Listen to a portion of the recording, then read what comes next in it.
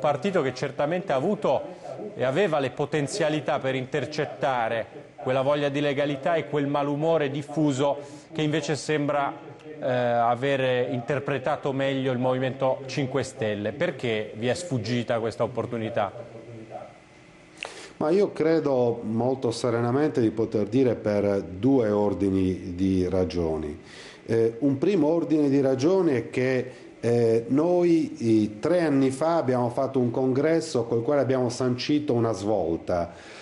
Cioè abbiamo detto non è sufficiente avere un movimento di protesta, occorre costruire qualcosa per dare risposte che, pur tenendo conto della legalità, del rispetto della norma, del comportamento quotidiano, ecco cosa intendiamo anche per legalità diffusa, si trasformi anche in una proposta per dare una possibilità economica, lavorativa a tanti giovani, alle aspettative di una società che ha innanzitutto bisogno, insieme alla legalità, di lavoro, di occupazione, di un'economia che venga messa in movimento attraverso un modo corretto di usare le risorse pubbliche e un modo corretto di incrementare l'economia.